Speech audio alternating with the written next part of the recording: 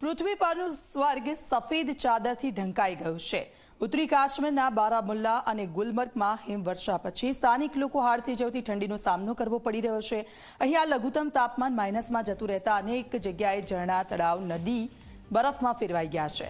પહાડો, રસ્તા, મકાનો પર હાલમાં સફેદ બરફની ચાદર પથરાયેલી જોવા મળી રહી છે।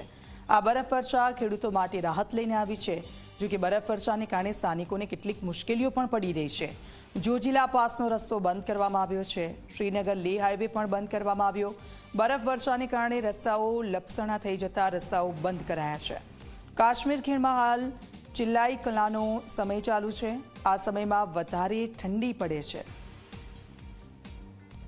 તો કાશ્મીરનો અદ્ભુત નજારોને તે જોવા માટે સહેલાણીઓ પણ મોટી સંખ્યામાં ત્યાં પહોંચી રહ્યા છે। બરફવર્ષા અને તેના કારણે ત્યાંના ખેડૂતો ખૂબ ખુશ છે, કારણ કે આ તેમના માટે ખૂબ જ લાભદાયક છે।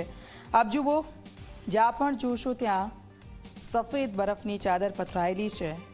રસ્તાઓ બ્લોક થઈ ગયા છે અને સાથે ઝરણા, નદી અને રસ્તાઓ છે ત્યાં બરફ જ બરફ જોવા મળી રહ્યો છે। અને આ જ ઋતુનો આનંદ લેવા માટે મોટી સંખ્યામાં સહેલાણીઓ ત્યાં પહોંચી રહ્યા છે। જમ્મુ કાશ્મીરના આ દ્રશ્યો, જોજીલા પાસનો રસ્તો હાલ બંધ કરવામાં આવ્યો છે।